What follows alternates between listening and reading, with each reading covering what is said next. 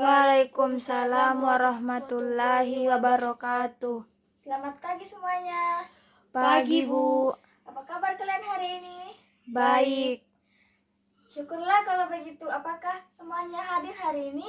Hadir, Bu. Nah, baiklah, Ibu akan absen satu persatu ya. Dengarkan baik-baik namanya. Mi Asriani. Hadir, Bu. Talita Cahyarani. Hadir, Bu. Eki Zulfinizar. Hadir, Bu. Vindi Lestari. Hadir, Bu. Oh ya, hadir semua ya. Sebelum kita memulai pelajaran hari ini, kita berdoa bersama-sama. Sekarang, Ibu minta tolong kepada ketua kelas untuk memimpin doa. Silahkan. Doa dimulai.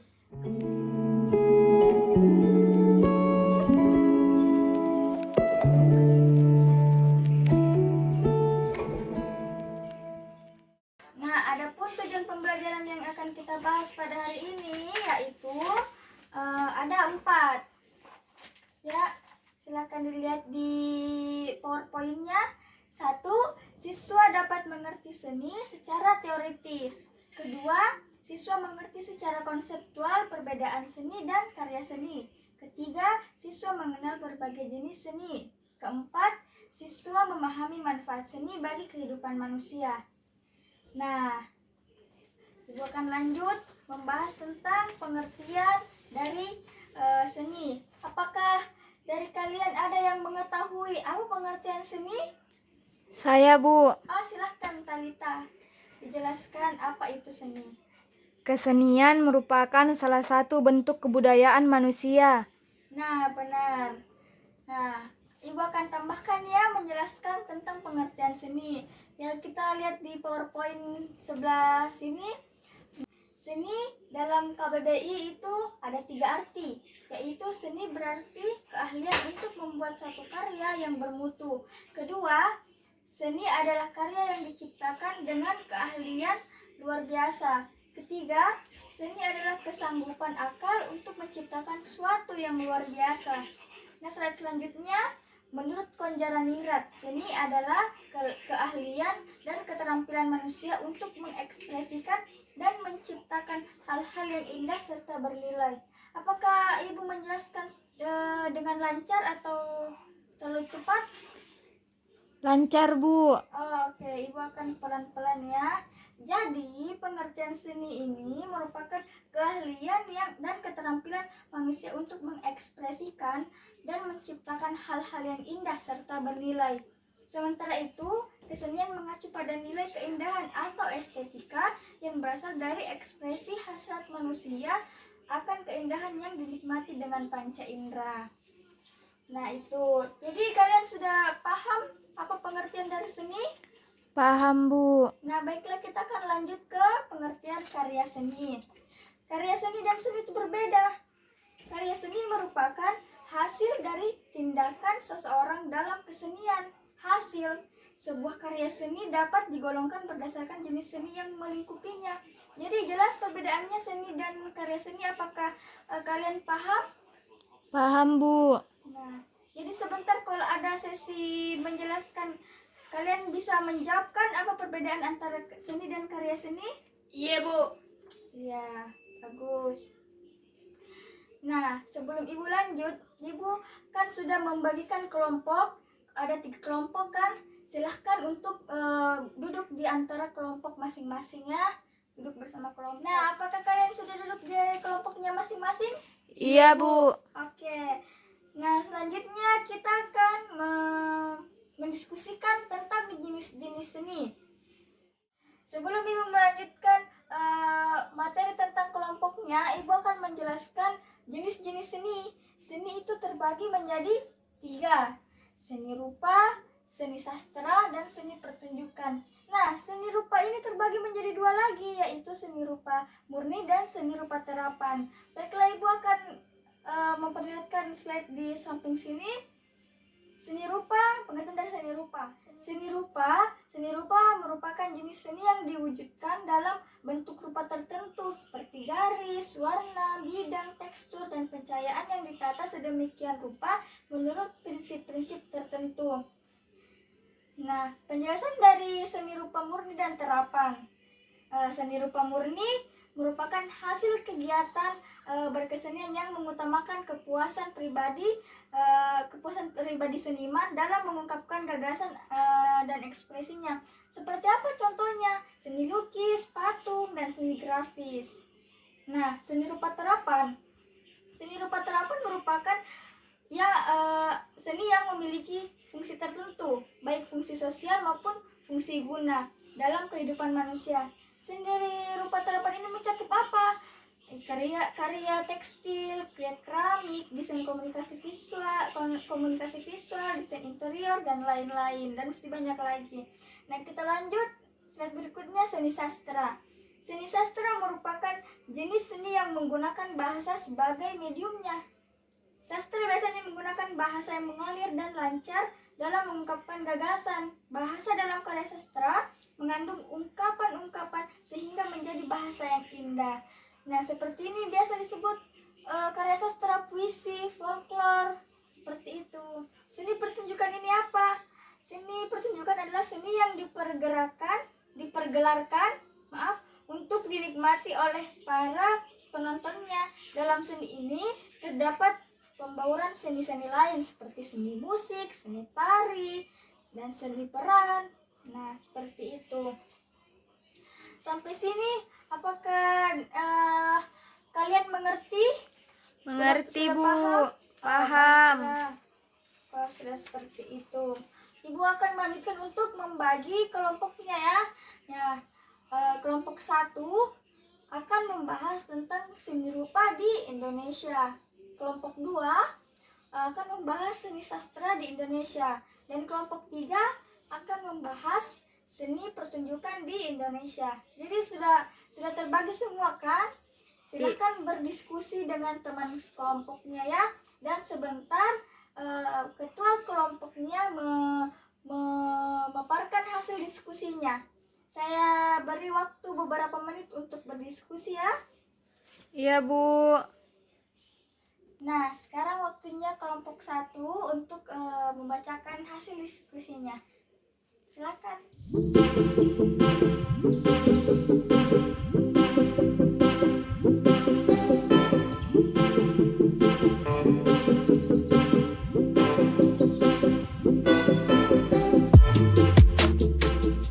Baik, saya dari kelompok 1 akan memaparkan hasil diskusi kami.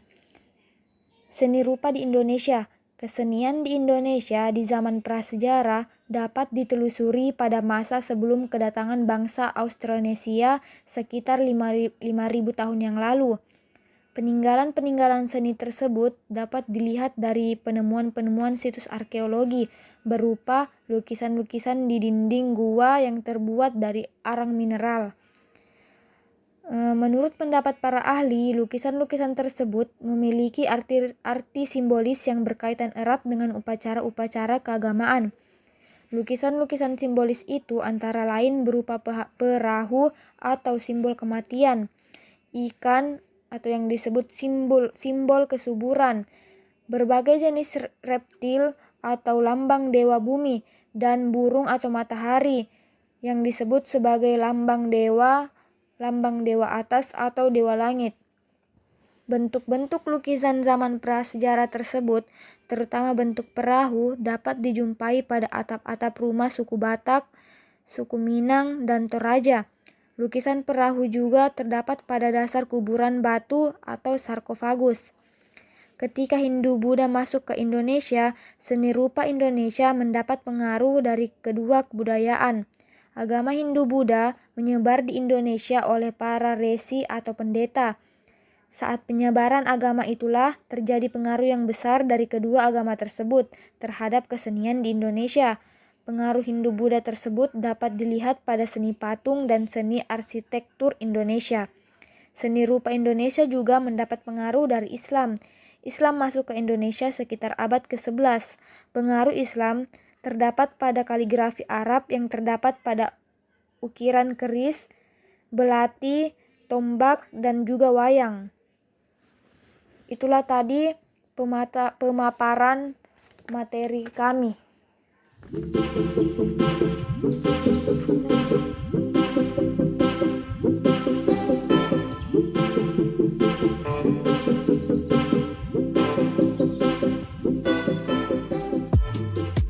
Saya akan membacakan hasil diskusi saya terkait seni sastra di Indonesia. Seni sastra merupakan suatu karya seni yang dituangkan dalam bahasa dan kata dengan nuansa keindahan tertentu. Karya sastra terbagi menjadi sastra tertulis dan sastra lisan. Sastra tertulis mencakup prasasti, aksara, manuskrip, atau naskah kuno dan stempel. Sastra lisan mencakup sastra wayang, epos, pantun, dan cerita-cerita rakyat. Periode sastra di Indonesia terbagi atas sastra klasik dan sastra modern. Sastra klasik terdiri atas sastra prasejarah, sastra zaman Hindu-Buddha, dan sastra zaman Islam. Pada sastra zaman prasejarah, yang berkembang adalah mantra, doa, mitologi, legenda, dongeng, dan cerita-cerita rakyat. Legenda rakyat klasik dapat dikatakan sebagai folklore. Folklore merupakan bagian dari sastra klasik seni tradisional atau oral tradition.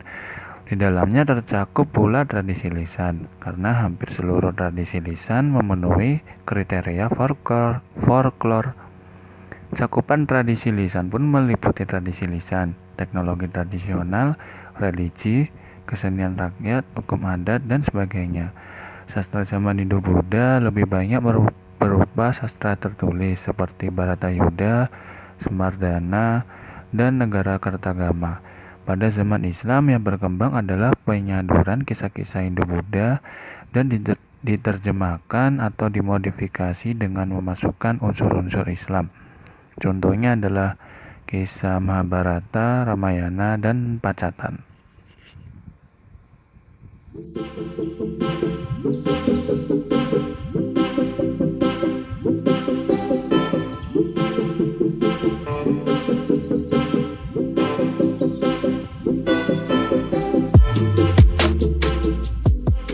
Terima kasih atas kesempatan yang diberikan. Saya perwakilan dari kelompok 3 akan memaparkan hasil diskusi kami.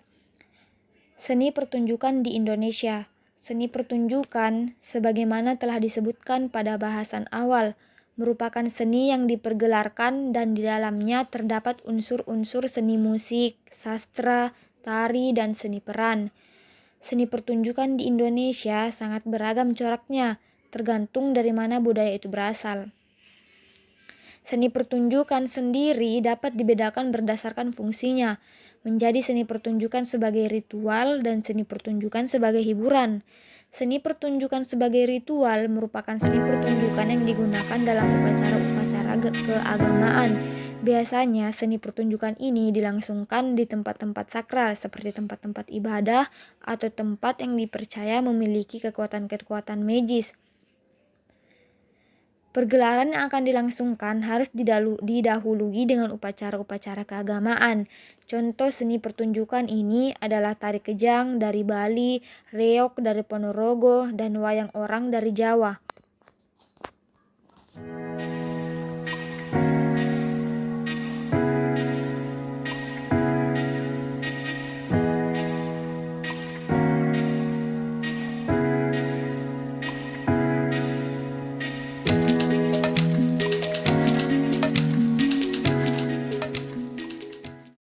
Ya, silahkan untuk memberi pertanyaannya. Baik, terima kasih atas kesempatan yang diberikan. Pertanyaan saya, apa dampak negatif dan positif dari kesenian? Terima kasih. Oh, bagus sekali pertanyaannya. Terima kasih. Langsung Ibu jawab ya. Dampak positif dari seni itu sendiri yaitu dapat melestarikan nilai-nilai budaya bangsa luhur. Kedua, menimbulkan solidaritas di dalam masyarakat. Ketiga, dapat dipakai untuk meningkatkan perekonomian rakyat dan negara. Adapun dampak negatifnya yaitu munculnya karya seni yang tidak mengindahkan nilai dan norma yang berlaku di masyarakat. Kedua, dapat digunakan oleh orang-orang yang tidak bertanggung jawab untuk menimbulkan konflik di masyarakat. Seperti melalui karya seni orang menyinggung atau melecehkan budaya atau kesenian dari daerah lain.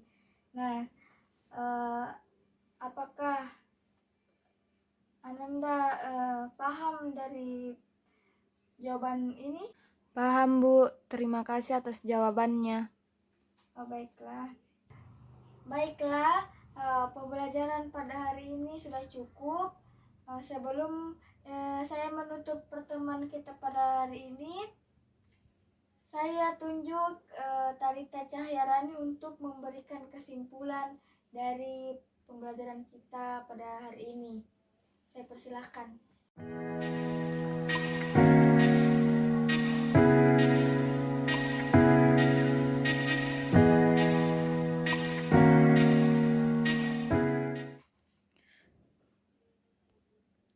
Baik, saya akan membacakan kesimpulan. Kesimpulan pada pembelajaran pada hari ini itu, seni merupakan keahlian dan keterampilan manusia untuk mengekspresikan dan menciptakan hal-hal yang indah serta bernilai. Kemudian, karya seni merupakan hasil dari tindakan seseorang dalam berkesenian. Jadi, adapun jenis-jenis seni, seni rupa, seni sastra, seni pertunjukan. Seni dapat memberikan kesenangan dan kegembiraan baik kepada pencipta maupun penikmatnya. Itulah tadi kesimpulan yang dapat saya berikan. Ya, seperti itulah kesimpulan dari materi kita pada pembelajaran hari ini. Nah, seni itu keahlian seseorang yang bernilai, sedangkan karya seni itu hasil dari karya seseorang. Nah, adapun jenis-jenis seni itu ada 3, seni rupa, seni sastra, dan seni pertunjukan. Seni rupa ini terbagi 2, yaitu seni rupa murni dan seni rupa terapan. Dan adapun manfaat dari kita mempelajari seni, yaitu sebagai hiburan untuk kita dan pencipta dan penikmatnya. Ya, seperti itulah sekiranya pembelajaran kita hari ini. Saya tutup. Mari kita berdoa bersama-sama. Berdoa dimulai. Ya, selesai. Saya tutup dengan hadanallahu wa iyyakum ajmain. Wassalamualaikum warahmatullahi wabarakatuh.